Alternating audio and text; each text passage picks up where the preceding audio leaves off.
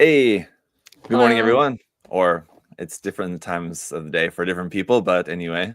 Hello, everyone, and welcome. Today, we're going to be speaking with Pixxellie, who is first time appearing here on the channel, so welcome.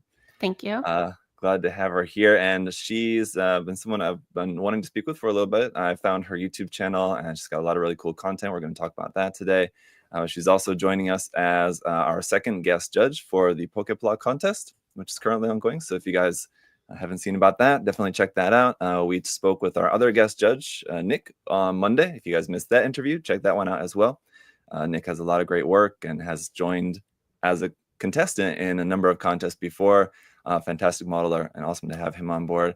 Pixxellie, welcome. I'm glad to have you here as well. We're going to take a look at some of your modeling. You got a lot of great modeling here that we're going to look at. And then, like I said, a lot of great YouTube content and just a lot of cool stuff for people to be aware of. So if people are not familiar with your work, hopefully it's a good opportunity for them to be familiar with you. So you want to just introduce yourself before we get going? Yeah, so I'm Ellie. I run a YouTube channel called Pixxellie where I talk about all things like Gundam models, anime, a lot of Japan videos. I was living in Japan earlier this year and I did a lot of store tours and things like that. And retro gaming. It's all things like otaku culture is how I like to explain it to folks. Mm-hmm. I think you have 2 channels. Is that right? I do have 2 channels. Yeah, I have one channel called Vintage Gunpla where I was just doing very raw, just like edits of just like snap builds and things like that, just talking about various kits, a lot of vintage kits, obviously.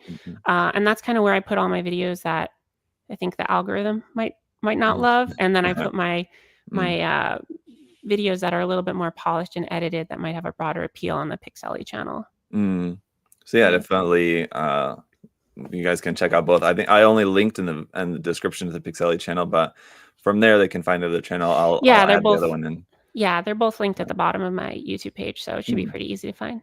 You can find them there. Actually, the vintage Gunpla stuff is really cool. I mean, just so depending on what people are into, you know, you kind of downplayed it a little bit there, but I think it's like a lot of raw kit reviews. Sometimes I'll talk about vintage issues of Hobby Japan, which I know you do sometimes on your channel. But it's more just off the cuff, unedited videos, and then yeah. If that's what people are into, there's not a whole lot of it's kind of old that school kind of stuff. Yeah, it's more old school YouTube, which I have a big soft spot for. That old school people just like pop up a camera, talk about stuff. I think it's kind of fun. But I think there's definitely an audience that, you know, like you, appreciates that kind of content as well. I mean, it's not going to be like what's blowing up on TikTok, but yeah, there's definitely an audience for that. And yeah, like I said, especially like English language content related to some of those older kits and stuff. It's just not, well, that's why I started doing it.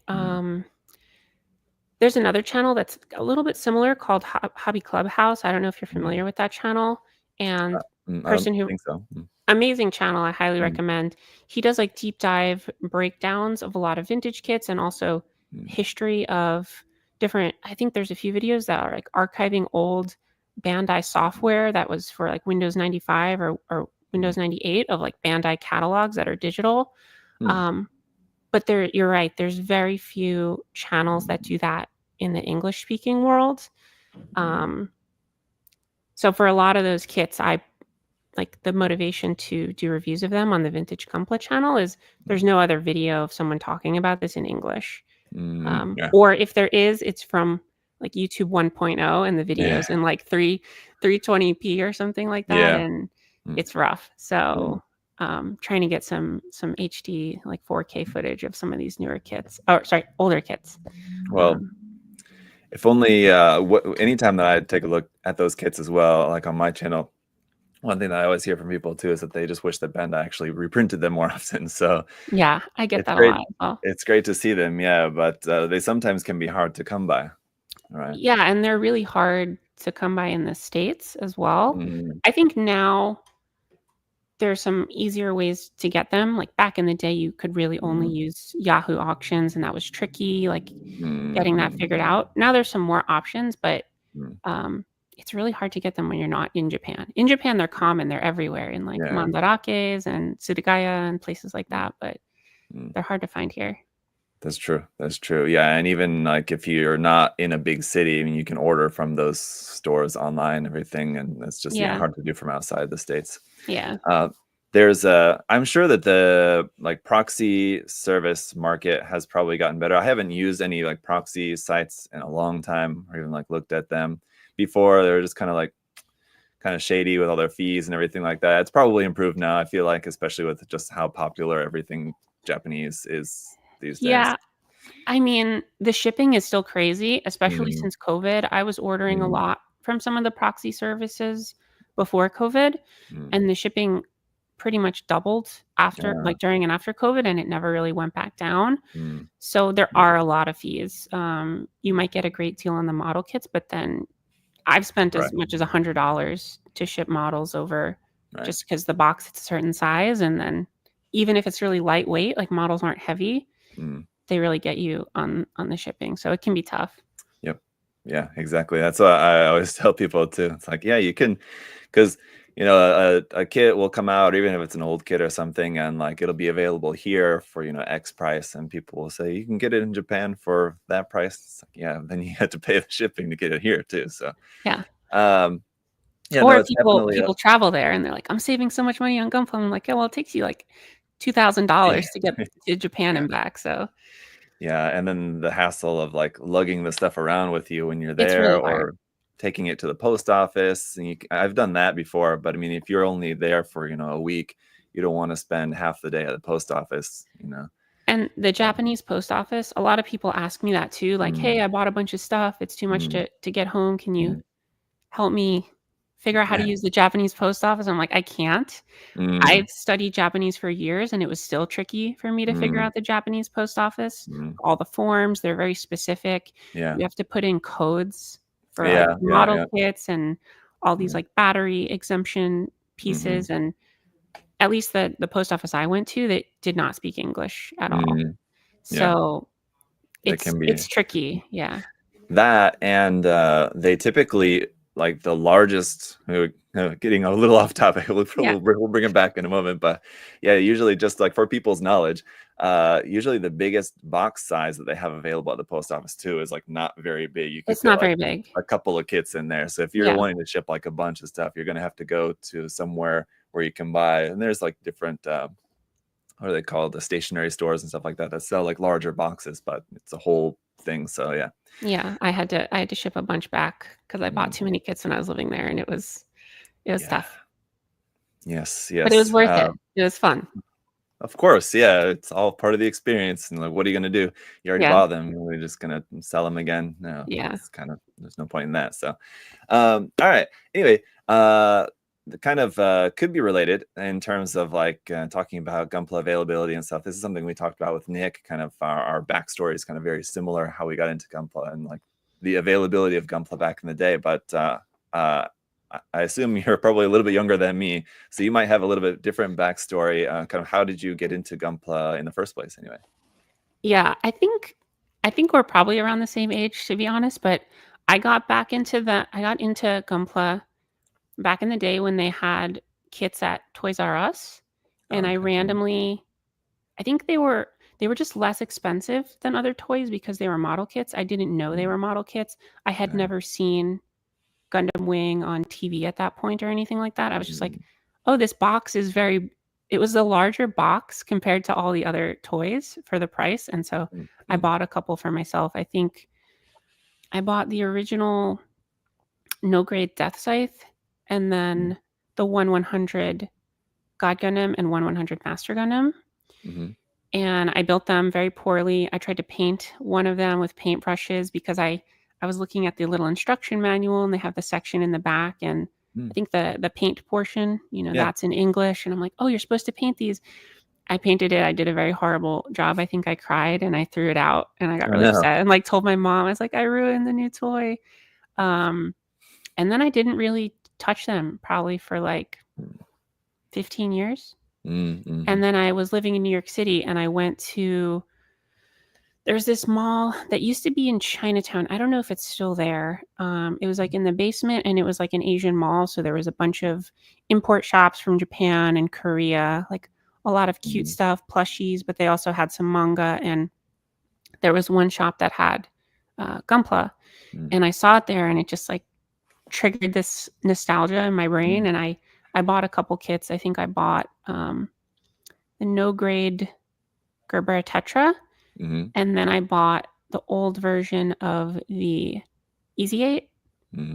And yeah, I just snap built those. And then again, then I did nothing probably for like another 7 or 8 years. And then during COVID, I stumbled on some old issues of Hobby Japan magazine as I was collecting retro games. And I was just looking at the painted builds, and I was like, these are so cool. And I just made a commit. I was like, I'm going to try to paint one and make it look as good as the one in this book. Yeah, and then I bought an airbrush. And that was like 3 years ago. So I've only really I only started airbrushing in I think I dated. I sent you some photos that we're going to review, and I think I dated them, but that starts at the first kit I ever painted. So that's the full backstory. So I've kind of been in and out of the hobby, but I'll say that also, you know, I did go to art school, so I do have a background of, you know, painting and drawing. I've been doing creative things my whole life, also making music, and to me, it's just another fun creative hobby. Yeah. I was gonna say, it sounded like you kind of came and went at different times, you know, when it was just kind of around. At that time, like when you got the first ones from Toys R Us, were you like into like other like robot things? I'm trying to think of like what other robot things there would have been. Yeah, like, so I was weirdly into robots. I don't know why, from a very young age. There's actually I might share it on the channel at some point. I think it must have been like 2nd or 3rd grade. We had to make poetry books in elementary school. And I made a poetry book, and it's just called I Love Robots. And it's a bunch of poems about how much I love robots. It's really kind of cute. So I don't know why. I just always was really interested in robots. I thought they were cool. Yeah. But I was never super into, like, I never really had a ton of toys growing up. I definitely played with some Transformers and, you know, Power Rangers I was familiar with, but I never really got super hard into any of that stuff. And then, so when did you start your YouTube channel or start making videos about this? Was it shortly after you got into painting? Yeah, I started, it's kind of a complicated, so I started making retro gaming YouTube videos during COVID, and I was making retro gaming videos, but anyone who knows me knows I'm into all sorts of things. So originally it was a super gaming focused channel, and then I said I want to do Gunpla. I made this vintage Gunpla channel, and it was really hard for me to have 2 separate channels that I was trying to do. It was a little overwhelming, and I felt really pigeonholed. Now I can only do gaming videos or only do Gunpla videos. And so I changed the name of the gaming channel to just Pixxellie. So it's just about me and whatever I'm interested in. So I can talk about Gunpla and being in Japan and retro gaming and anime and everything. I don't know if I answered your question, but it was during COVID, and I started the retro gaming channel and then maybe the vintage Gunpla channel like a year later. And then a year after that, I did the Pixxellie channel, which is where I really started to go hard and make more focused videos and like in-depth breakdowns of how I built stuff and things like that. And then how long were you in Japan? I was in Japan for a little over 6 months.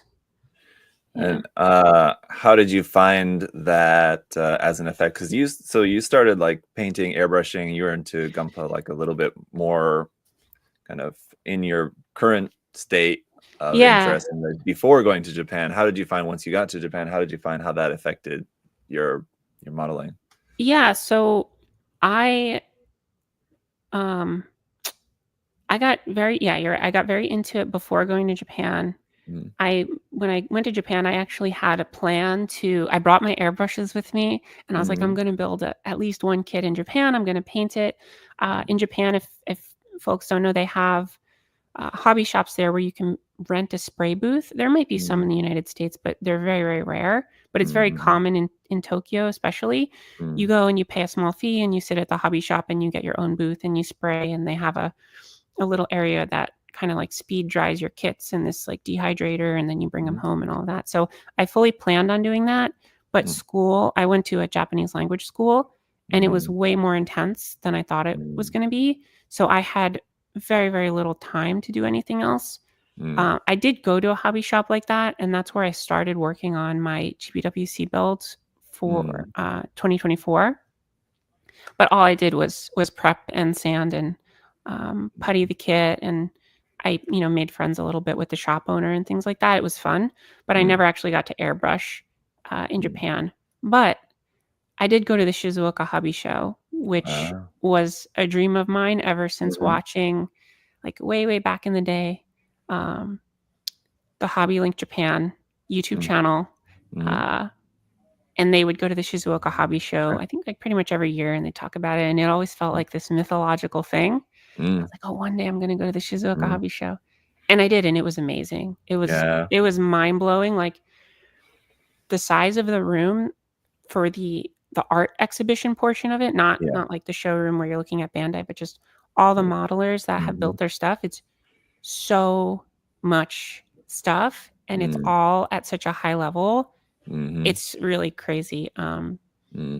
There's just nothing like that in the United States. We have some good hobby shows, like on the East Coast here. There's the Old Dominion Open in Virginia, and that's a great hobby show. But Shizuoka Hobby Show is like on another level. It's crazy. Yeah, nothing like it in the world, I would say, especially for like sci-fi modeling. I'm sure like maybe in Europe they might have something more. There's supposed to be scale modeling. Yeah, there's supposed to be one. When I was doing research on the video, I was like researching, can I talk about this video, the Shizuoka Hobby Show? Can I call it the world's biggest hobby show? And I'm researching the video.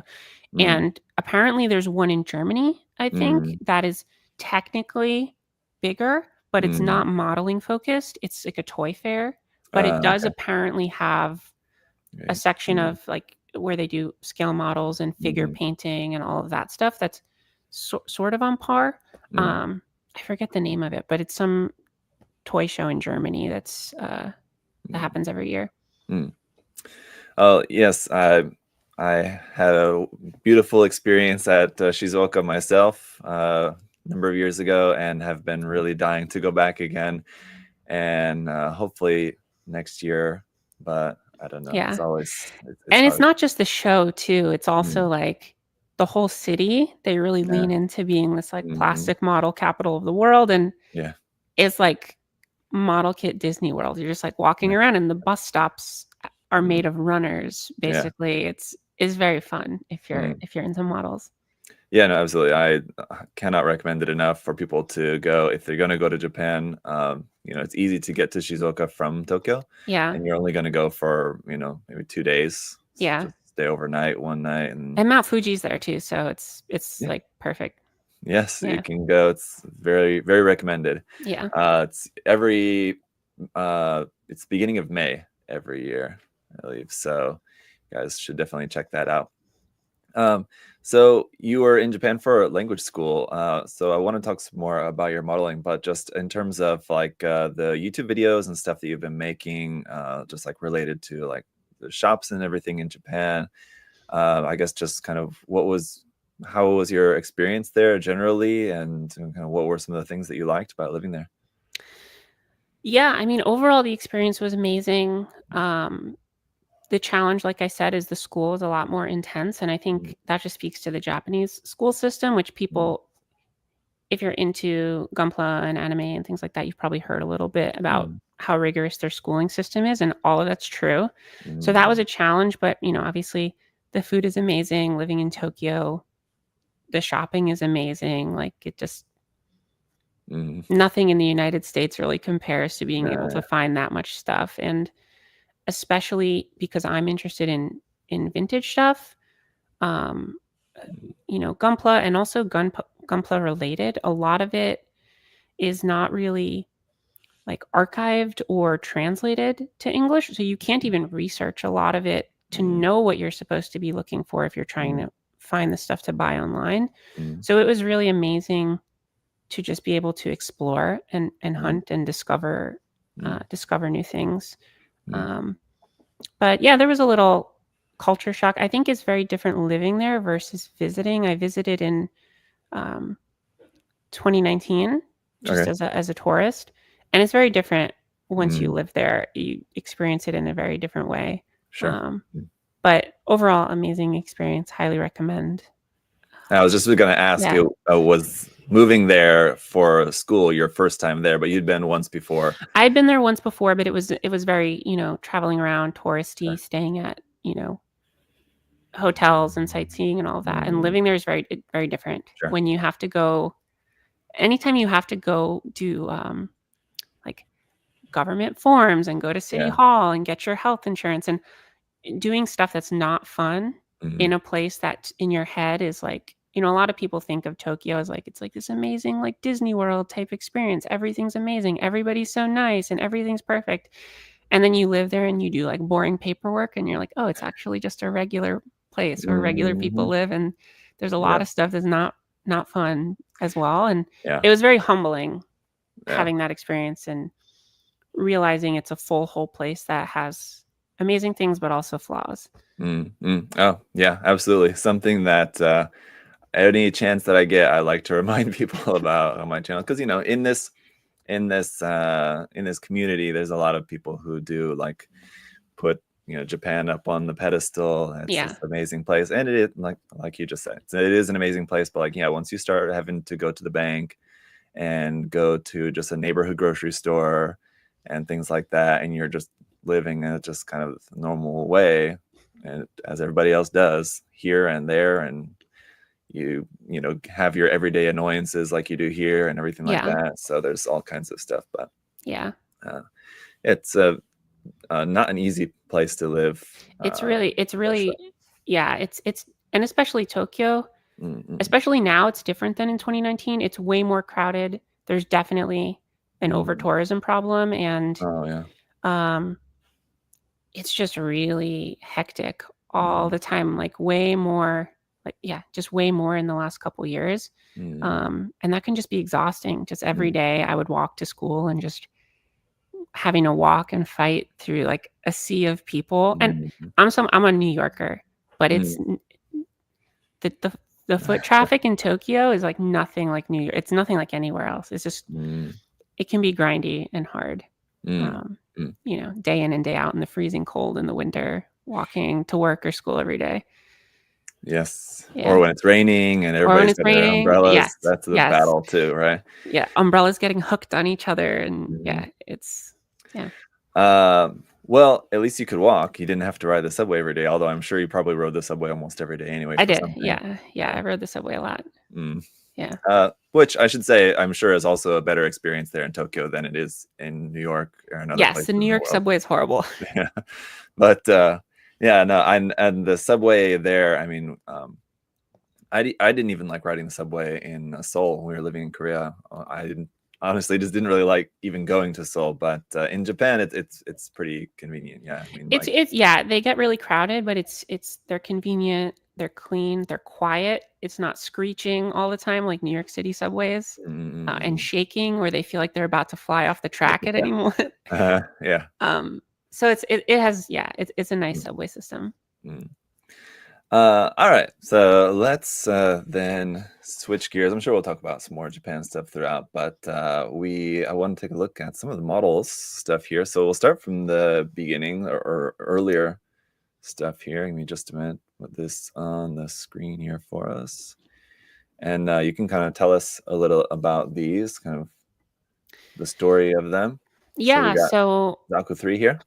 Yeah. So this is the first kit that I ever painted when I first got back into Gunpla during COVID. I forget what year this was, but you could probably tell me the files are named. I think this was 2021. It would have been 22. The 22? folder I think was 2022. So yeah, so this Yeah. would have been like 2022. Mhm. And I actually hand brushed this kit. So when I first got back into Gunpla, I was trying really hard to not have to paint kits or airbrush them. I was seeing how far I could push it without painting or airbrushing. So I was just trying to find all these like different hacks and methods to get rid of seam lines and panel lines, and do the panel lines and things like that. But eventually I just caved, and I was like, when I worked on my first vintage kit, which was this one, actually this was my second one. I did a Gerber Tetra that I just panel lined. There's no photos of that here. But with this one, it broke me, and I was like, there's no way to make this kit good without painting it. So I hand brushed certain parts of it. The white is actually bare plastic that I just top coated. Yep. But the majority of the rest of it, all of the gray and all the metallic, is all hand brushed. Which was really, really hard, learning how to hand brush without creating horrible streaks on everything is really, really tricky. Yeah. But I think it came out decent for my first attempt. If I look at it now, obviously there's a lot of really sloppy stuff, but I'm actually pretty happy. It was my first time really, if you've built vintage kits, which I think you have, some of those seam lines are just bananas. I like to say they're just crazy. It's just on another level. That's pretty much it. It was the first one I hand brushed it, and after this, I caved and bought an airbrush because it's like I'm not going to hand brush anything else. Yeah. Besides little details, but like large flat areas, trying to hand brush with no streaks is really, really hard. I mean, you can find other different ways. So you were using acrylic paints for the hand brushing then, for that, right? Yeah, I've used acrylic paints for everything so far. I dabbled a little bit with, spray cans, and then I actually bought some lacquer paints for top coat and stuff, but the fumes were just way too crazy for me. So I just stuck with acrylic. Yeah. Was any particular reason for the Zaku 3? It's a favorite design or something, or just one that you happen to have? I thought the box art looked cool, and actually the reason I picked it out, and something I highly recommend for anyone that wants to try messing around with vintage kits, is I went on dalong.net and I was browsing all the old kit photos, and I would try to strategically pick ones that I thought looked really good for that time period or would require the least amount of work. And the Zaku 3 was a design that I thought looked really good, but also based on how the snap built looked, it had a lot less issues than some of the other kits from that era. So you kind of strategically chose one that would be kind of a good entry level kind of kit into doing that sort of. Yeah, I mean, slightly better than others. Yeah, I wouldn't say entry level, but there's some kits where, there's a big seam line that runs through some really intricate details. And to fix that is totally different than fixing a seam line that goes through a flat area that you can just sand and putty. Like having to resculpt those intricate details, if it's through, piping or just something complex, that's a whole nother level of time commitment and all of that I wasn't trying to mess around with at that point. Yeah, I agree. Something to good to keep in mind. I'm glad you brought this up just as a reference for people who are interested at all. Yeah, if you guys don't know Dalong, or maybe you've heard of it for other stuff, but there didn't used to be a lot of old kits. But if you look up here at the top at old, most of the stuff that's added to the old category here is added in like the last few years or so, I feel like. Yeah, and they have almost everything. There's a few little gaps, but it's a really, really extensive catalog. And they've got pretty much like 360 photos. You can see front, back. It's a really great resource if you're curious about getting into older kits and don't want to drive yourself, you want a challenge, but you don't want to drive yourself completely insane. You want to strategically pick one. It's a great, great place. Yeah, so it'll even tell you like the release date, the original Japanese yen price the MSRP and everything on here. Box Yeah. art, what's all included. So even scans of the manual, all that kind of good stuff. So yes, highly recommend. Yeah. And it's all in Korean, but there is an English button at the top, Yeah. which translates a certain portion of the site, not all of it, but it makes it pretty easy to navigate. Mm-hmm. Yeah. Yeah. Most of what people are going to be using it for is maybe just for the images, but otherwise, I would also recommend people to just learn to read Korean. Just Yeah. kidding. It's easier to, I'm sure you can, I'm not sure if you ever dabbled in Korean, but having studied Japanese, I'm sure you can attest that learning Korean's, at least reading the written language, is easier than learning to read Japanese. I can't read Korean, but I did at one point. I don't know why. I was like, I'm going to start learning words in Korean. And I learned a few words. And I think, Okay. I do think it's easier. And I also think if you know a little Japanese, that also helps. Yeah. Yes. Yeah. But The yeah, grammar. Japanese is on another level of insanity. Yeah. Knowing the grammar of one will certainly help you a Yeah. lot with the other. Because if you know the Yeah. grammar The of word one order language, and things like, yeah. then you got that. But Yeah. there's like a number of shared words, which I don't know. But, Do you know both Japanese and Korean? not fluently, but like my Korean's kind of like intermediate-ish, and my Japanese kind of used to be much higher. Like when I studied in school, and then I lived there for a while too, and so of course, like at that time, it was much higher. Yeah. Now I try to like maintain like a basic level, and I would like to improve, but it's a struggle. I feel that. Yeah. You know what I mean. So anyway, the other thing that I wanted to ask about this Zaku, what was that? I don't recall. I wanted to ask why the Zaku. There was something else I wanted to ask, and we'll come back to it if I remember the question I wanted to ask about it. But this other build here, so SD.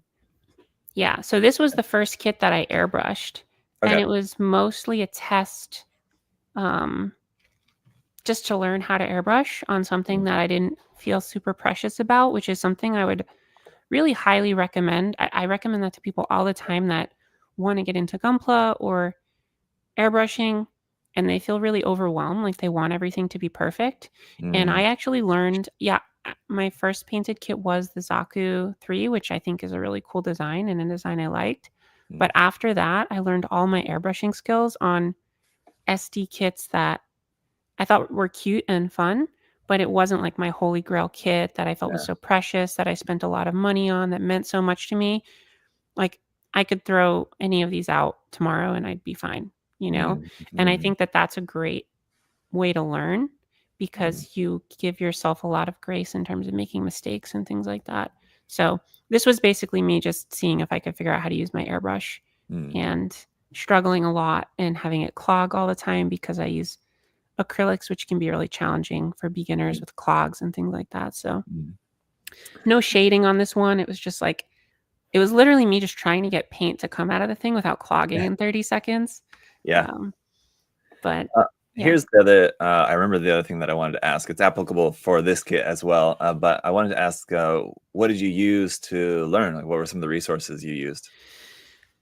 I used a lot of YouTube resources. I love Henry McClellan's YouTube channel. That's one of my favorites. But I was watching everything, newer YouTubers as well, like Barbados Rex, just anybody that would do in-depth kind of airbrush tutorials. And there's a ton of other people. I would also watch people in like the mini space or figure painters. I even watched a few artists that do like 2D, just like t-shirt style airbrushing, that were just kind of airbrush experts, because the clog thing drove me insane. It was so bad. I think I actually got so mad trying to paint this, I bought a second airbrush because I was convinced that I broke the first one, that it was like completely unsalvageable. So yeah, I don't know. It was tough even with watching all the YouTube videos, which I try to tell people as well. Like, it can be challenging, especially if you don't have friends in person. I was really fortunate that when I moved to Virginia, which is where I am now, Mm-hmm. I met a really great community of people that all build Gunpla together in person. And I was able to ask real people, hey, can you help me out with this airbrush thing? And a lot of people don't have that. And it can be No. really, really tough to learn in a vacuum with nobody else, right? It's like trying to learn music without a teacher is hard too. So yeah, it's in particular, it's the troubleshooting, right? I think is the number one thing. Yeah, because you'll have a unique issue, and people will talk about some other similar issue, but it's not quite the same as the one you're having. It's challenging. Yes, yeah. I feel that. I think that, I mean, yeah, that's the thing, is that you can use those like YouTube tutorials on like how to airbrush, whatever is great. Use that to basically just kind of get that initial kind of basic knowledge, and then you just kind of have to try it, because it's just kind of a matter of, having your hands on the airbrush and paint and just doing it, and you'll kind of get the feel for it. But yeah, it's when you run into issues or something, that's when you're like, now what can I do? Yeah, I agree with that completely. And the way that I learned to actually fix all my issues was not through watching the videos, but it was, like you said, just through trial and error and learning my own methods for, okay, when I have this type of clog or this type of issue where it's spraying this way, I do this specific thing. It's not exactly what the video said, but it works for me. Yeah, so I completely agree with that. Rob there in the chat, just to answer your question here real quick, he asks, so do you prime models, and in what color? Let me see. Almost always, yes. Always, I would say 99.9% of the time, yes, I would. Ellie, I would assume that you're using some kind of primer or surfacer. Yes. Well. So lately I prime kits, but one thing that I like to tell people is I don't always prime kits, and I don't always think it's necessary, which is maybe controversial. This kit I didn't prime. If I'm doing the colors that are off the box colors, and I sometimes I'll just paint the actual color. It depends if it's a really vintage kit and I'm doing a ton of prep work and sanding, and then you've got all these like layers of color inconsistencies and putty blended in and stuff, that you absolutely have to prime to get a smooth finish. But if you're just doing like a real quick thing, I think, especially if you're starting out, you don't have to prime. But I usually prime in gray. If it's a really, really super light color, I'll try to prime in either a super light gray or like a whitish. I've never done the I tried black for metallics. I personally didn't notice like a huge difference. So I usually just do everything in gray. But that's my controversial take. And also the thing I was going to say is my build that was, I did GBWC last year, and I did a GP01. And it got 3rd place in the Hobbytown Nationals. And that build I didn't prime. Okay. But I like to tell people, like, you don't, it's, you can go pretty far without priming. Yeah. Well, our friend of the channel, Josh Dara, there won GBWC Australia with his Shinanju that was not painted at all. So, that's awesome. You can make magic happen. And we'll get to the GP01 here in just a minute. There's, I think, maybe 1 or 2 more builds here from 2002. If you want to talk a little bit about these. So this was the whole journey. I sent these over to talk about because this was the journey of the ARC 78 was learning how to use the airbrush, period. This one was my first attempt at pre-shading. Okay. So I did some light pre-shading on the dendrobium. These pictures don't showcase it the best. From this era of my photos, I wasn't really taking any clean shots. So apologize. It has all this crazy lighting on it, but I think you can see in you can see there's a little bit of pre-shading on there. But yeah, that's all I was gonna. So you're trying to be sort of incremental with your builds, trying something new with each new build. Exactly. Yeah. And that's something I talk about on my channel too, is, every build, I'm trying something new, and it's generally they're things I've always wanted to do, but it's just way too crazy to try to do every new technique in one build. You're going to drive yourself completely nuts. So I try to do like 2 or 3 new techniques per build. So this one was pre-shading, and this one was messing around with practical photography for the backdrops. So I went to like a print shop and I printed some stock photos of outer space, trying to recreate the vibe of some of those old Hobby Japan magazines where they would physically shoot the kit in front of a backdrop. I think if you flip to one of the the next one, maybe, that one. Okay. So you can see I put it on this clear acrylic stand, and then I kind of photoshopped that out. I have better ways of doing it now, but at the time that was my best method. So I basically shot the kit on the stand, and then I took it all away and I shot just the background, and then I masked it out and blended them together. That's cool. Yeah. Nice. Yeah, but this was all, just learning, figuring out, like, can I still use stickers for the eyes and make it look good? And I think you can. Yeah. So yeah, that was the GP03. And then always, of course, just messing around with the graphic design portion. Like Hobby Japan, like I said, that's a huge inspo for me. And Dengeki Hobby, Model Graphics, all of those magazines where they would do these cool storytelling layouts with cool typography over everything. That was kind of my biggest inspo. So I'm always messing around with that. Yeah. I can see. This is there's a bunch of photos of the GP03 that came with the Dendrobium, which I actually think is a very nice kit for how old it is. And then this one I wanted to bring up because so I was feeling pretty good about myself after I did the Dendrobium and the GP03. I was like, this looks pretty nice. Like, I'm getting pretty good at this. But like I said, that was a pretty nice kit. It's a little bit newer. I think it's from 2000 or around there. And then I went back. This was actually for the first competition that I entered, which was just on a small Discord server. And I wanted to do the NT1 versus the Camphor in a diorama, which there's a picture of it at the end.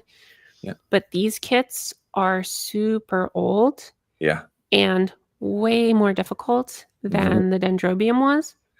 And I don't think they look nearly as good. And it was a really real learning experience for me that I wasn't as good as I thought I was. I was actually just working on kits that were a lot more forgiving. And I had always seen, those SD kits, they have those painted builds inside that look totally different from how the kit actually looks. Yeah. And it was really eye-opening figuring out actually how much work they put into those kits to make them look how they look in the manual shots. Because those old SD kits are so hard. You basically have to putty everything, sand every detail away, and then rescribe or re-scratch build the details for a good portion of it. This one in particular was super, super old. This was one of the really old BB Senchis that actually came with the little bazooka that would shoot bullets with the spring and everything. Yeah, this one here. Yeah, this is, I probably say this a lot, but this is the worst kit that I've ever built. Okay. Yeah, it was truly pain and suffering. I also didn't really know what I was doing. It was my first time. The Camphor is not as bad.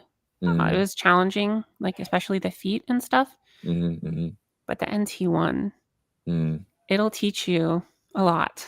Yeah.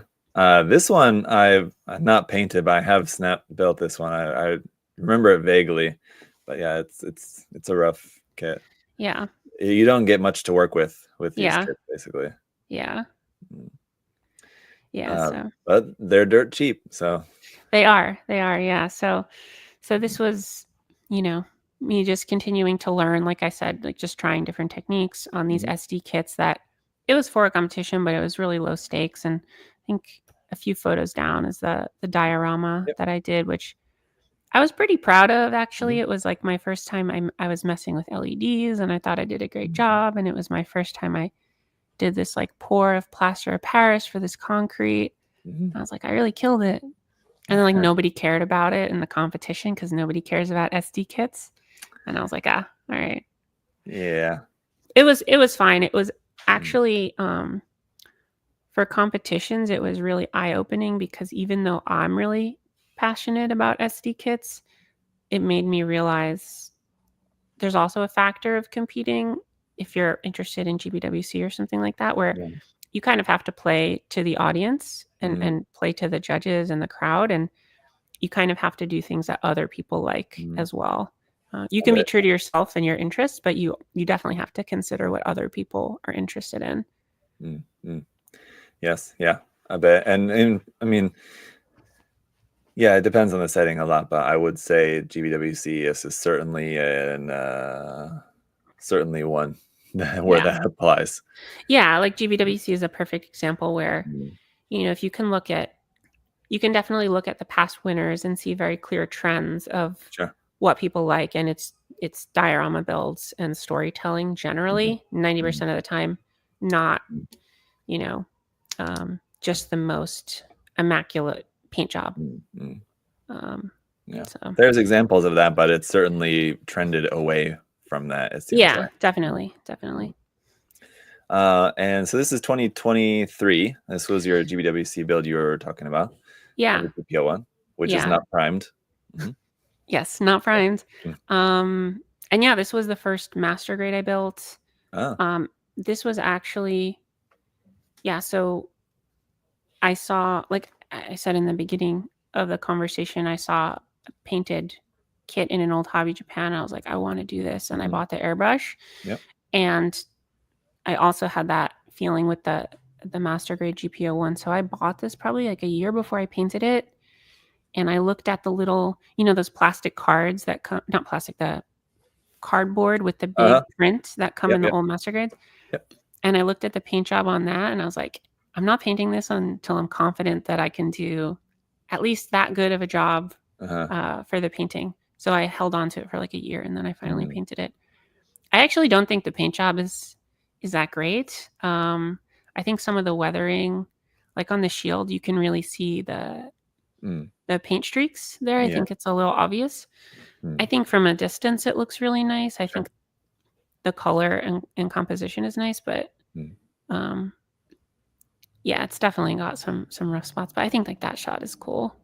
Yeah, certainly the like the presentation of it too. So like, can you talk a little bit about the base? You got like the acrylic rods and this base. How did you make that? So this is again me, like I feel like a broken record, but I'm like, yes, I like old issues of Japanese hobby magazines, and they always use this wooden base, which a lot of people think looks cheesy or dated, but it does.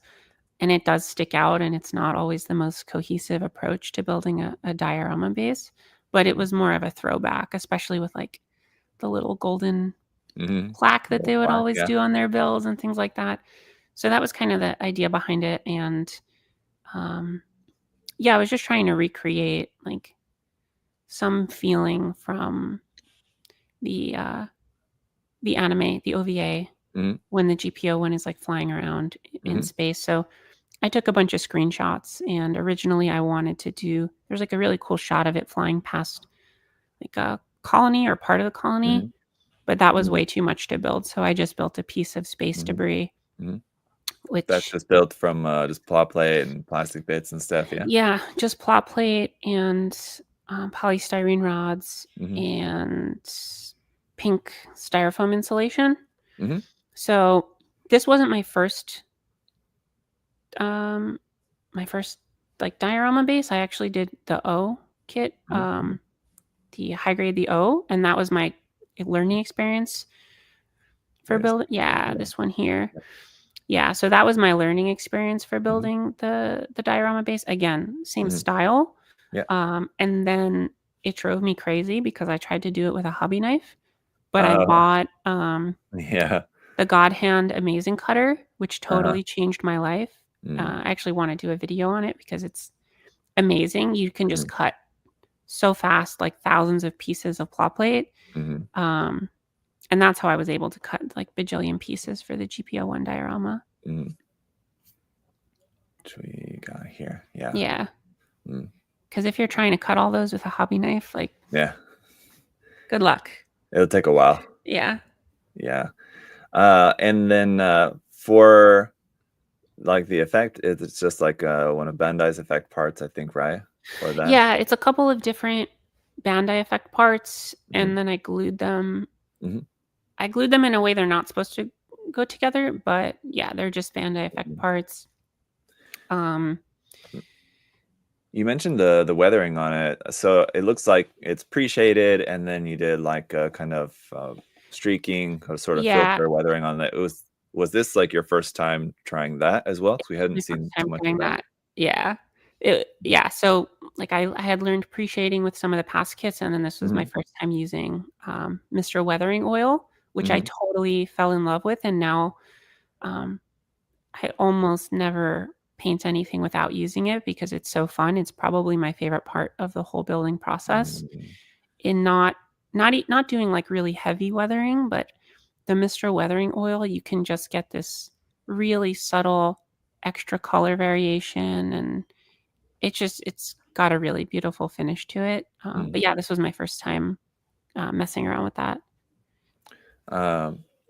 What was the other? I mean, was there anything else about this one that was like a stepping stone for you about this? So I guess like it was your first master grade, first like weathering experience. So there was a lot Yeah, of stuff already going on with it, but yeah, it was the first time I tried to do a diorama base. mm, Um, that's that floating. was kind of in action. Yeah, this in Mm, action floating, which we'll talk about. I did for my last mm, GBWC entry too.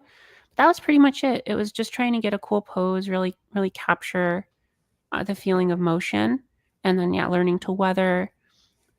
Learning how to use that amazing cutter tool. Um, this was my first time working with the pink foam insulation. mm, mm. I got a hot wire. I don't know what they're called. It's like a foam cutter, a hot Yeah. hot wire cutter. Basically, it's just like a piece of metal that just heats up. Mm, So this is my first time, melting plastic and melting foam, which was a fun learning experience. mm, Do it outside if you yeah. can. Yeah. Um, but yeah, I don't know, Mm. just messing around, trying new things. I actually had no intention to put this into GBWC. Okay. I didn't build it for GBWC. I just built it, and then Mhm.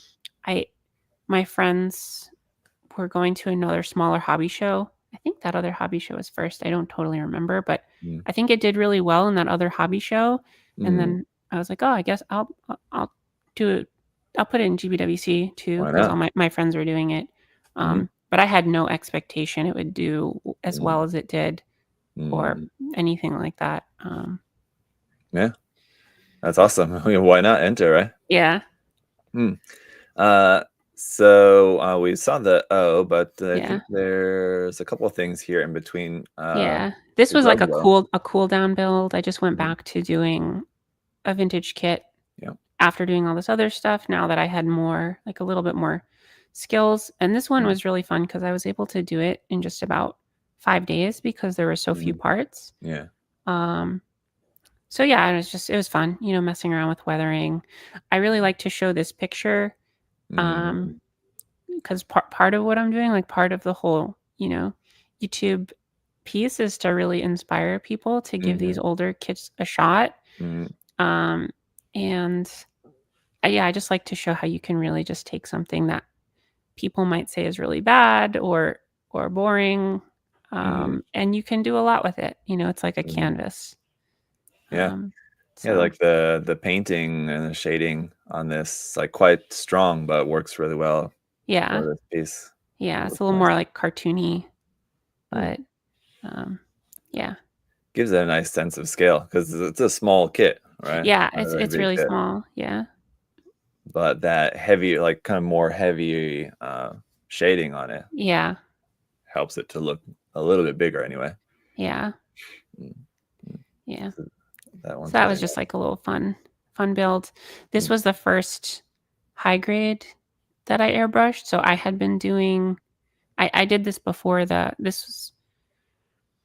I did the Lafrith, Mm, and then I did the um HG the O, And then I did the Master Grade GP01 in terms of kits that were like not SD kits. So this was the first high grade that I airbrushed. Okay. And it blew my mind. Yeah. After doing A the little older different. kits, I was like, I don't have to clean anything up. I don't have to Yeah. fix any seam lines. This is crazy. Mm-hmm. So I did it really quick, like that other kit. I mean, I was able to do this in just a couple of days versus like a couple of months. Right. So it was really fun and very impressive. And sort of like learning to play the game on hard mode and then switching to easy mode. Yeah. Right? Yeah. Yeah. It was fun. But I mean, yeah, those kits are great to work with. Yeah. It's a nice breather. Like you said, the Groblo kit was a nice kind of resting kit, kind of in between other projects. And like those HD kits can be great for that as well. And sometimes you need that. And also to the point too, I like to be sure to mention this anytime it's like the topic of conversation, but like when we're talking about like you should try something new with each build, like it's good to do that, especially when like you're kind of just starting off. I think, and the reason is to not try to do everything at once on your first build and like you mentioned, overwhelm yourself or just think it's too much. Sorry for smacking the mic. But it's good to just space things out. It's not necessarily like you'll get to a point where you can there's only so many techniques you can do. And once you get to like the 15th you build, the 20th build, like then you're gonna like scraping the bottom of the barrel of like, what else can I really try? There's always more stuff, but it's a recommendation like for beginners in particular. It's like once you get to a point where you've tried out a lot of things, I think it can also be stressful to push yourself to try something new every time, because once you have a lot of skills at your disposal, there's a lot of things that you can do like within that skill set. So yeah, absolutely. I agree with that. Don't stress yourself out thinking that I have to try something new every time. But, yeah. So this is the O. Yes. Again, this one is not primed either, and it's kind of both why you should prime and why you don't always have to prime. You can actually see some of the yellow of the actual kit. It's this like cream color coming through a little bit in certain areas, which I think in this case actually makes it look really interesting. But in a lot of other cases, it could be really frustrating if that's not a color that you want to come through. For this one, I noticed it happening and I just kind of leaned into it and I went with it, and just there's so much other shading going on and color variation that I think it works. But yeah, it's something I like to point out. Like the reason it has this interesting weird, there's like these little spots of yellow is because I didn't prime it, and the white doesn't totally mask that like some other colors might. You could, I mean, it's like a perfect space white. I mean, for like in particular, like Machine and Krieger kits using white, you want to use like this kind of cream white kind of color like that. Yeah. So, I mean, seems completely intentional in my mind. Yeah. The color looks like that. But yeah, to your point, exactly. There's certain cases where that you could use that to your advantage and it would work. Other times where it might look kind of funky. Yeah. So this one was my first time experimenting with using the HD Builders parts, and I bought a bunch of them, and I wanted to learn. Initially, I wanted to learn like kit bashing and scratch built modifications, but I wasn't quite there with scratch building yet. So I was like, I'll just crazy glue parts that someone else already built on top of my kit. I guess the one mod is adding the little like radome attachment on the shoulder, because I had to drill a hole with like a pin vise to do that, to get the peg hole. So, I was like learning in baby steps like that, which again, like we've been saying the whole time, like highly recommend the baby step approach. Sure. But yeah, just through some, especially for customization like this. I mean, people like want to get into doing like panel line scribing and, kit bashing, where they have to do a lot more modifications and scratch building and all that stuff. But this is exactly how I've learned to, like the first time I ever did like a kind of like custom model was just adding parts, just gluing parts onto it. Start off by doing that just to kind of get it helps you to kind of also familiarize yourself as to like kind of where certain parts work and where they don't work on a kit. Yeah. And then, later, once you kind of have an idea of that, then you can like actually scratch build the parts for yourself if you want to do that, or other modifications. So yeah, I doing it like often this. see, Yeah. I agree with that completely. And I often see people just try and jump right into scratch building, which Mm-hmm. is just really hard. I mean, at this point, I had never scribed a line. So I had a kit that I entered in GBWC that went to nationals, and I had never even tried. I think I tried to scribe. I bought a scriber, and I tried to scribe on like pieces of plot plate, and it looked so bad. I was like, I'm just going to focus on other things because I am Yeah. not good at this. I couldn't get straight lines. I couldn't get clean lines. It just looked like a mess.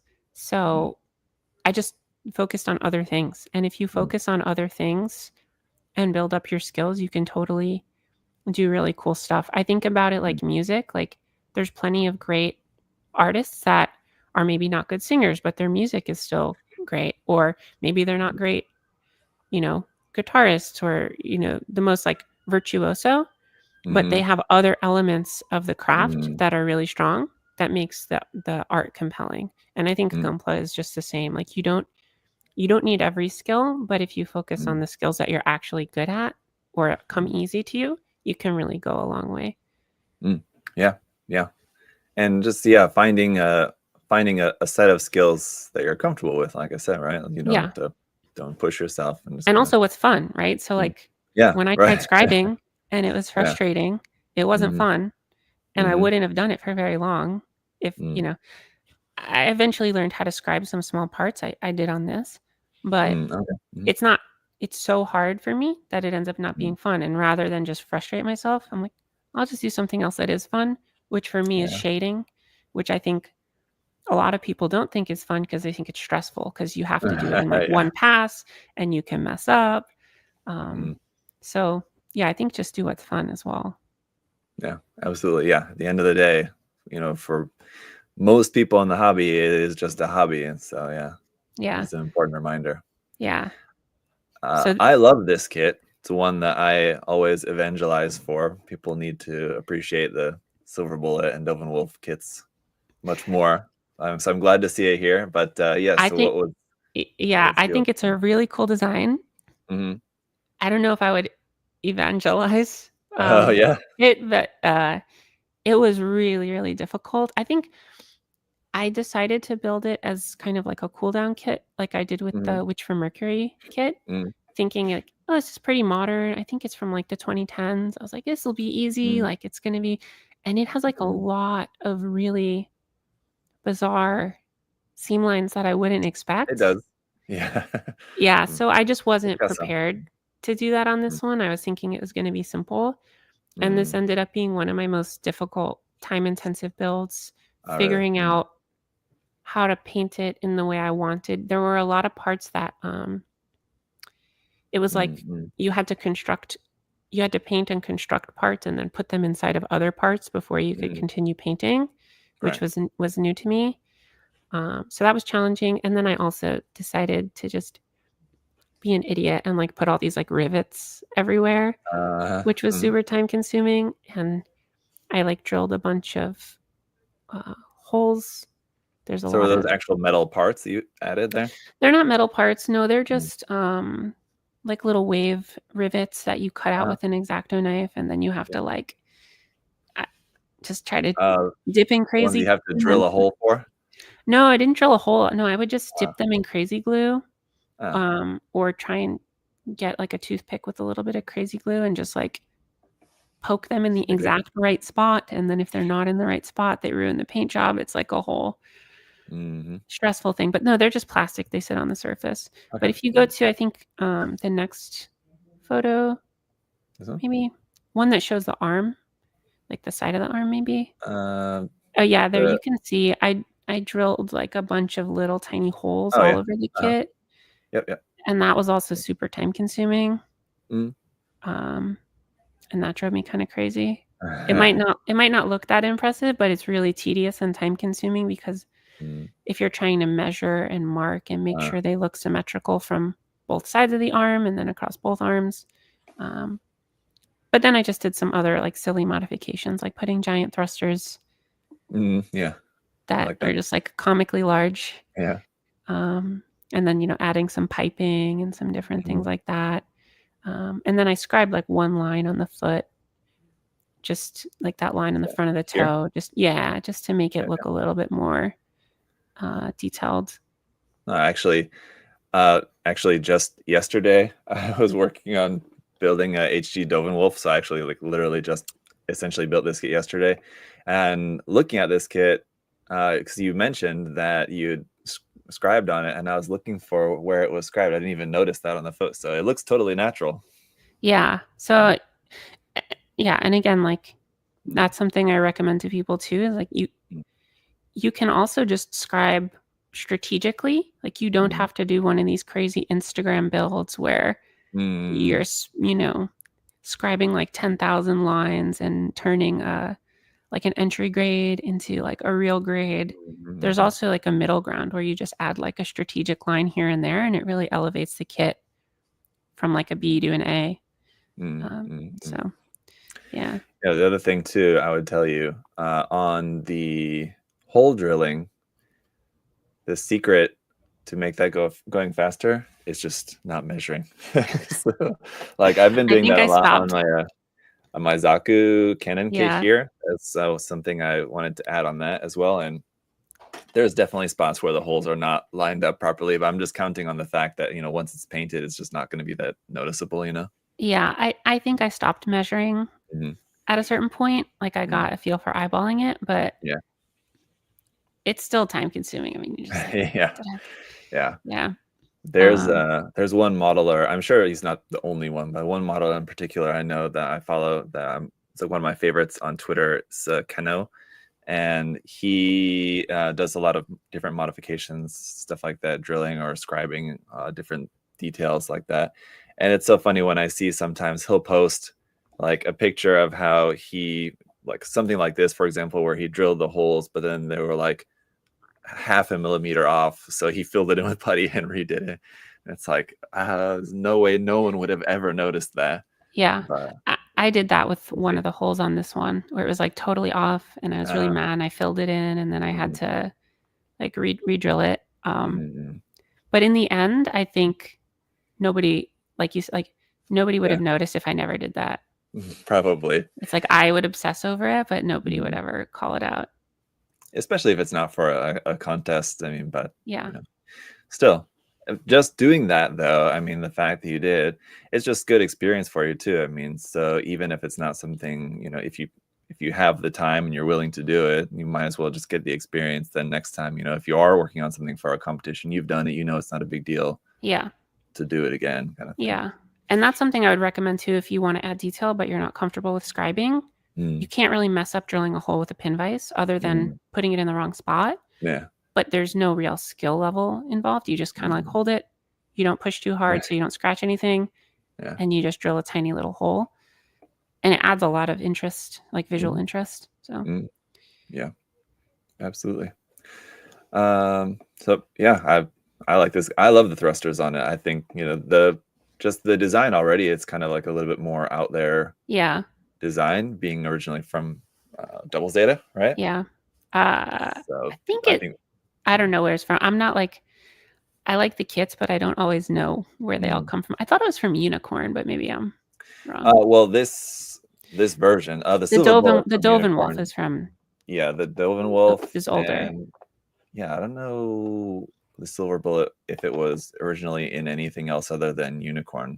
I'm not sure, but yeah. Yeah. Just generally the design's pretty wacky. Yeah, I love those wacky Double Zeta designs. They're very fun. So I think the thrusters work and they look really good. Thank you. But I sorry to interrupt you. I also experimented. I think you were just going to say it. I also experimented with learning how to do that, like heated up metal effect. Yeah. I think you were just going to say that. Exactly. Yeah. Yes, exactly right. So that was your first time trying that as well. Yeah. It came out okay. I think it looked okay on the big thrusters. It's really hard to do.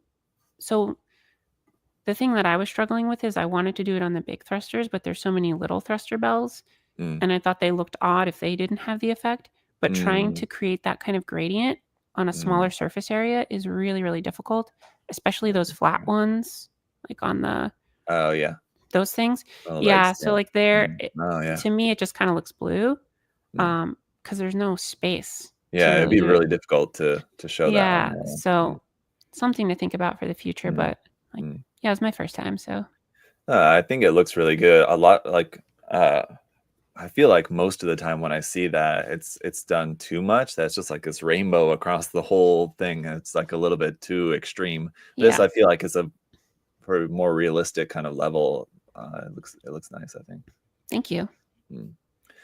But yeah, for some of the smaller thruster bells and anything like this, like these vents, it's just such a small space. It'd be really difficult to kind of show that on there for sure. And this was also my first time experimenting with like a semi-gloss finish. Okay, yeah. Which is also something you'll see a lot if you look at vintage builds from old hobby magazines. Semi-gloss was way, way more popular back then than it is now. Now, everything's almost matte coat. Yeah.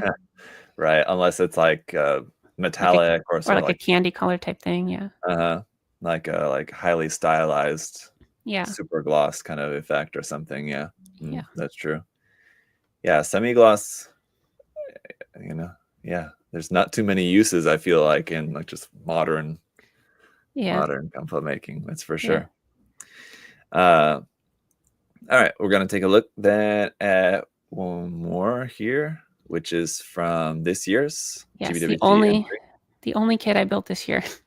Right, so I was gonna ask, is this the only one that you prepared some photos of, or so this is your only build for this year? And so was this made, originally with the intention for GBWC or not?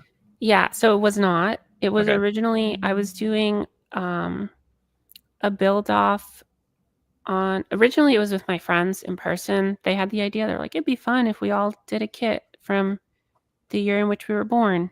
And I was like, yeah, that sounds fun. And then so I decided to do it on my channel. And it was originally just for that.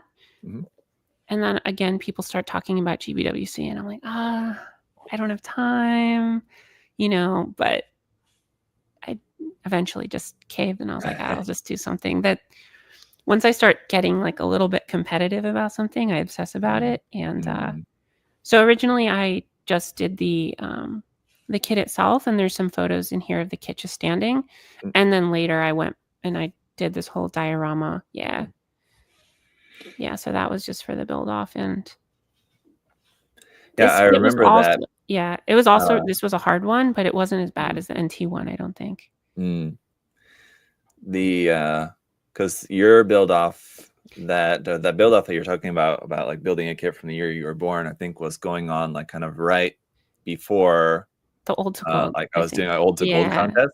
So like once I did the old to gold contest, I think I didn't know about that other one beforehand. And then once I was doing the contest and I saw about that, I was like, that's actually a really good premise for like a contest, doing it from the year that you were born. I mean, you would get like quite a wide range. I mean, I wanted to focus on like specifically the older kits, but I thought it was a really interesting idea for a contest anyway. So it was fun. And again, like I said in the beginning of the video, this kit I also strategically picked. So I went on like dalong.net and I was looking at all the old kits from the year I was born, and strategically picked like 2 or 3 of them that I thought would be the least nightmarish to paint up. And so I bought this one, and then I bought the Hygog. Originally I was going to do the Hygog, but it ended up having like like I mentioned, those seam lines that go right through high detail parts. I was like, I'm not going to do it. This one was definitely hard, but all the seam lines were through like these big flat areas on the legs and things like that. So I was like, this will be suffering, but it's suffering I can handle. Sure. So yeah, that was kind of. I've not ever built the HGUC Hygog's fantastic. I've built it a couple of times. I like that kit a lot. Not ever built the old one though. So I'm sure it's tricky. It's pretty cool. Yeah, it just has a lot of seam lines. Have you built, completely off topic, but have you ever built any of the old Turn A kits? I haven't yet, but I really Mm. like the Turn A designs. I think they're really interesting. And there's some of the 1/100 kits I'm a little bit interested in picking up at some point. Yeah, they're really nice. Yeah. I think you would like them a lot. Yeah, they have a lot of nice surface detail from what I've seen. Yeah, definitely recommend it. Hopefully they get reprinted. Well, hopefully we get some, like, I would love if we got like a new kit of the Sumo, like a HGUC or a RE or something like that. Would be awesome. A master grade, but Yeah. we can dream. It would be nice. Yeah. Yeah, I've thought So about that. Yep, sorry. I was go just ahead. gonna say I thought about getting the 1/100 Sumo that comes in the gold and stripping off the gold and messing around with that one. Yeah, But would love to see it. What are some of the stuff that you did for this one then? yeah, so this one I went kind of wild on, and I think I did probably too many new things, and it was very challenging, and that's why it took a long time. I mean, I was also in Japan when I started working on this. Like I said, I went to a hobby shop and I was doing a lot of putty and the prep work in the beginning of the year, and then I basically didn't do anything with the kit until I moved back to the States, and I picked it back up again in like around probably August. And then so between August and the beginning of November, I did all of the building for this. But I did a ton of stuff. There's some really old like model graphics magazines that have like these old like Kondo and Kobayashi builds that have a lot of crazy like piping. Not like it's not quite steampunk and it's not quite biomechanical, but it's a very different vibe than a lot of other Gunpla. It's like a little bit messy and rough around the edges. Honestly, it's kind of like a Maquet vibe, like a Machine and Krieger kind of vibe. So I was inspired by that, and you can't really see it in this build, but there are internal sections where I did like a bunch of crazy wiring with like electrical wire. It's inside the shoulders, and there's some stuff inside the underskirts of the legs, under the main skirt of the torso. So I did like a lot of piping and stuff. I experimented with like guitar string, electrical wire, the builder's parts, like piping, and I was trying to mix all these different like tubes and pipes together. I did it in the engine section. You can kind of see there if you zoom in there. So it's kind of that weird. It's a weird vibe, but it's something I find very interesting and appealing. It has this like organic feel to it. So I experimented with that, and then the rest of it was just mostly just seam line removal. I did some sculpting with epoxy putty on this, which was my first time doing that. So I extended the spikes on the elbows. So it's a little more pointy. And then I did the helmet. I basically made like a command type of the Rictom too. So I extended the back of the helmet. I added this little scratch built antenna. So the head is normally round, and I basically made it kind of like longer and pointy in the back with epoxy putty. But the rest of it was pretty much just like detail painting, weathering, cleaning up stuff. I added those vents on the shoulder pads. The inside of the inside to just kind of, that was mostly just to cover up some ugliness. And I still don't really have a good technique for cleaning up those really seam lines in small recessed areas where you just can't really get sandpaper in there. Like I don't know what to do with those besides cover them up. Cool. So what you do is you cut a tiny little piece of sandpaper and super glue it to the end of a toothpick. And use that in there. I tried that. It just didn't. It just wasn't cutting it. So I was like, I'll just cover this up. Those are the worst. I mean, like through like over a bunch of different details and stuff, like it's fine. Like you have that like on like weapons. Like I'm sure this weapon had a seam line all the way down it. Yeah, that weapon was really rough. It's when the seam line goes through like a small recessed vent kind of detail like that, it can be the most tricky to get to. So that was tough. And then all the joints on this kit are exposed polycaps, so I just painted them. Yeah. Which people say is impossible. It's not impossible. Yeah. You just have to be careful and not play with it like a toy after you paint it. Yep.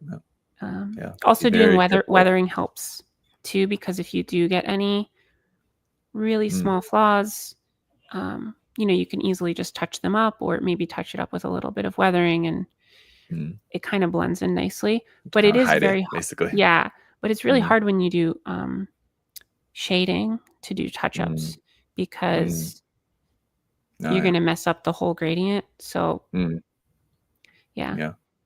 You're not going to be able to match the paint if you're trying to touch up with the same paint color. Yeah. Because it's not like a pure color of the paint that you have at any one spot, right? Yeah. And I did some filtering on this as well. You can see like on that inner part of the arm, I guess, like right above the hand on the right side. Yeah. So I did some filtering there to adjust the tone of the paint. And I did it in some other areas, but it's kind of hard to see. Like the tops of the shoulders, there's a little bit of a blue tint to them. It's like, it's very, very subtle. So I was playing with that. No, so the torso, the two little pieces on the left and right of the head. Top of the torso here. It's like a tiny bit blue. These yeah, parts. Exactly. Yeah. So I was messing around with filtering. I rebuilt the piping on the head with the pipe that comes with the HD Builders parts, and then just a clear, not clear, but just a rod with a hole in it, because the original pipe was fine, but it was just a little rough and had a bad, not a seam line, but a mold line. Yeah. It would have taken just as much time to clean up that part as it would to just replace it. Yeah, and this way I was like, oh, now it's custom, so I can say it's custom. Right. That's cool. Is this the first one too that's had some chipping on it as well? Yes, this was my first time doing chipping. I forgot to mention that. So I was very terrified. What was your method that you ended up using for that? Because there's like a million different ways to do it. Yeah, so I tried following some tutorials, and I experimented on a part like on the foot under the leg armor that you wouldn't really see. Yeah. And I probably should have just experimented on a spoon, but I was really lazy. So I was like, I'm tired. I've been building this kit for 10 months. Like, I'm just over it. So I did a paintbrush. It didn't look great. Then I tried a bunch of different, paintbrush layering. So like a layer of a color, and then another color, and then like weathering oil on top of that. Ultimately, I think the thing that looked best was actually physically chipping with an X-Acto knife. Very, very subtly. And then doing a little bit of metallic paint, and then covering that up with some weathering oil to dull the metallic. And I think it looks okay for a first attempt. I'm definitely curious to try at some point the more like really different techniques, or people get these like really nice like rust textures, or they'll have they'll plan it with pre-painting, where they plan it, and then they have the paint, like they use different materials to like peel the paint off. I guess like spray chipping is kind of like that, right? Where you would use what's that called? I don't use it, but a product. There's a product drawing a blank. There's a product that does it for those more like heavy rust effects, but I didn't want it to be a lot of times I think about the story, and I think about something people have said that really stuck with me is like, nobody would really be using a suit that's like a complete, literally just like hunk of rust. They probably wouldn't be using it. So I try to think about that and just make it like a few little scratches, but it's something that's still being used. Right. Absolutely. That's actually something that I learned from Lincoln, who's Lincoln, right? I watched his channel a lot. That's what I learned from him too. He talked about how that if for a machine to be like super rusty and super weathered, by the time it would take, it would have had to have been in like so many battles, and there's just no way that it would have been on the battlefield for that long. Or even just like abandoned. Like you'll see abandoned cars, and they're definitely rusty. Yeah. But they're not as rusty as some of the. They don't work, but they're also not as rusty as some of the Gunpla that people make, where it's like it's rust on top of rust on top of rust. Which, hey, if you want to do that, that's fine. I feel like it's creativity. Do whatever you want, but from the storytelling perspective and trying to keep it a little bit more cohesive, it doesn't always make the most sense. Yeah, absolutely. So is there, I guess, I think it's really interesting, going through like the past couple of years of builds up to this one. You can see like a very clear in this one, like amalgamation of, or like a collection of all the skills that you kind of built up. So it's kind of like exactly what we're saying, how you build up incrementally these skills. Yeah. And you can see like all those, you got like the rivet details from the silver bullet in there. Yeah. The shading that you learned kind of much earlier on, the using the Mr. Weathering colors there that you learned from the previous build as well, kind of putting it all together to make something like this. Yeah, and then even from the last diorama, the GP01, there was this big clear plastic rod running through it, which I thought was really visually distracting. And I had seen other like Japanese builders go through the foot, especially for resin kits. It's a lot more popular with resin kits or fixed pose kits in really dynamic poses. They'll go through the toe a lot with like a brass rod or something like that. So I wanted to do that so it was a little bit less visually obtrusive than it was on the GP01. So I went through the foot. It was really hard.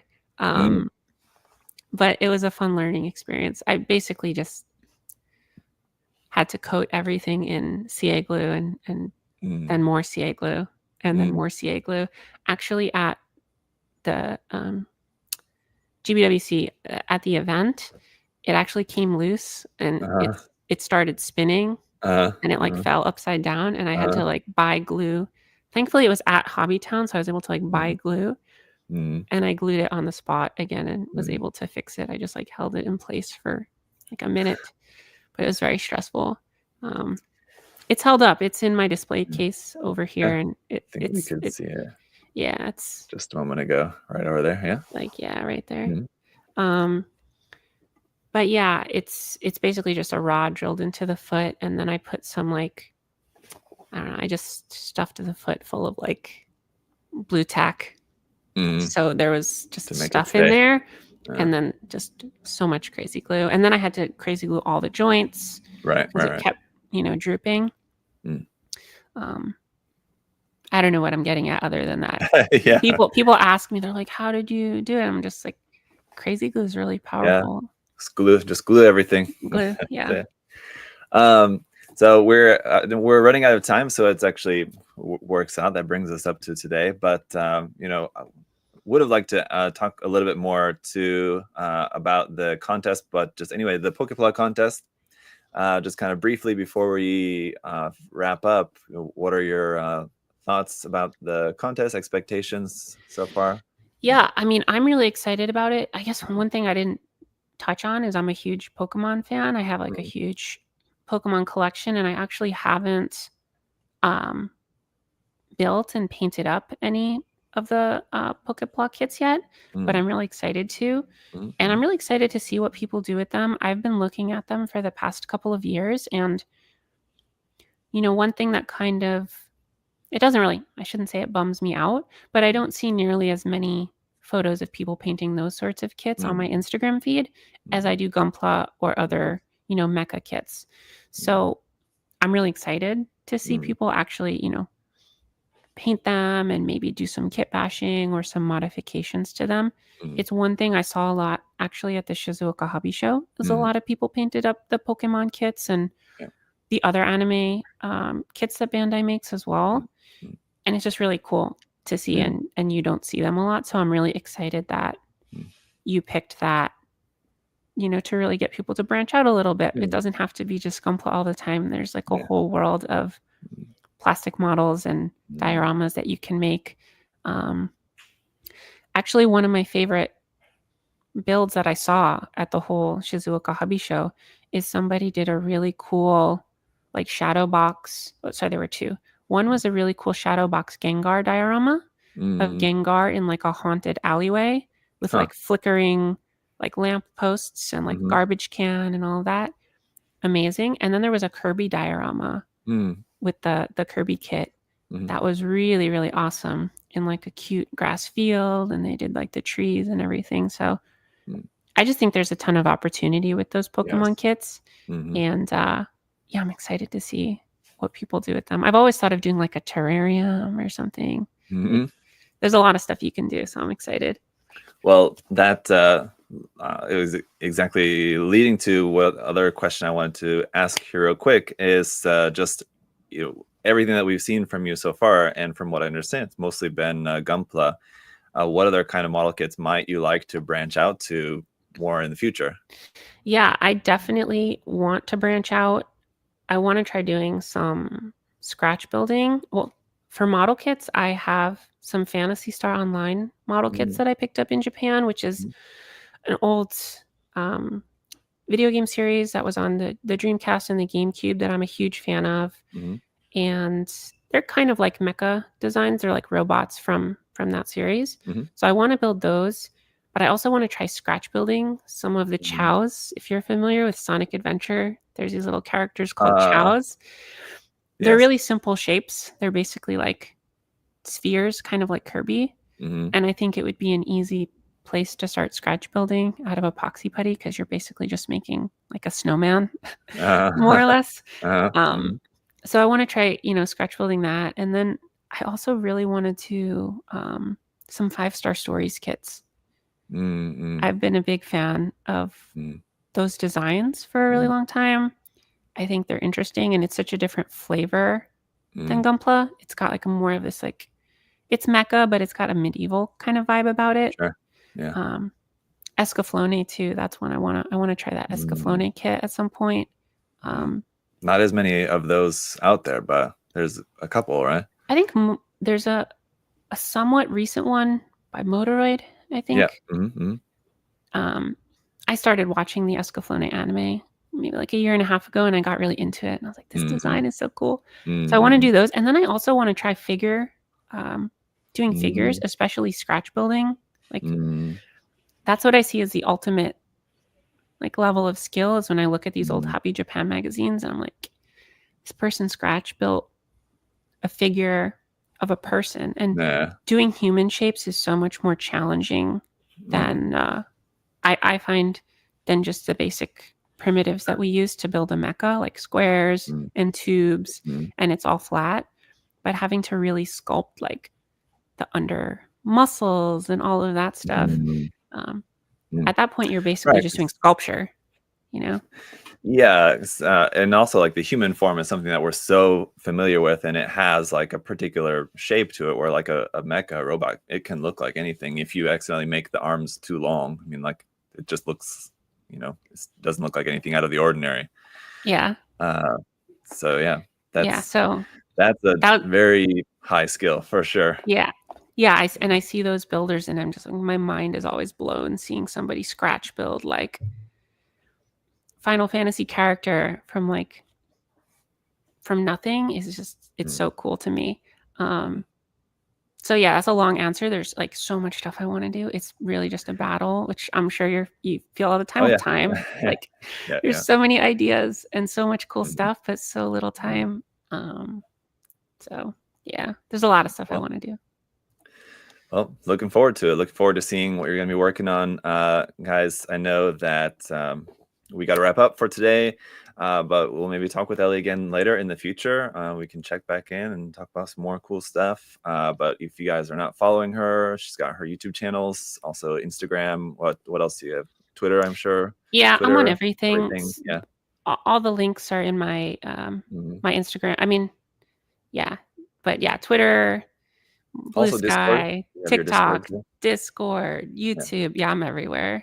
Okay. So people can find her, follow her, check out her work. Thank you so much for being a guest judge for the contest, for chatting this morning. I really appreciate it. Yeah, thank you for inviting me. It was really fun. Yeah. Any other last things you want to let anyone know? No, I think that's pretty much it. I mean, like we said a bunch, just be easy on yourself, take baby steps, and yeah, just remember to have fun, and yeah, don't stress. Like being creative shouldn't be stressful. So, Mm, I mean, absolutely. it depends, but yeah, It can try be to have fun. stressful, but yeah, hopefully it's like a good stress at the end of the day. Yeah. It should Yeah. be also your stress reliever. It's Yeah. very therapeutic, this hobby, right? I feel Yeah. like Try to so. keep it feeling Mm, in a way where you want to come back the next day and do it again. Yeah. absolutely. All right. Yeah. All right. Well, thank you so much. Until next time, guys. Oh, actually, I will just mention real quick. Tomorrow is going to be the return of Plamo no Trend. I don't know if you've ever seen the series. It's a series I used to do a while back. I haven't done it for a long time, but it's coming back tomorrow. So you Awesome. guys can tune in live tomorrow for that. And otherwise, we'll see you later. Thanks for watching. Bye, guys. Bye.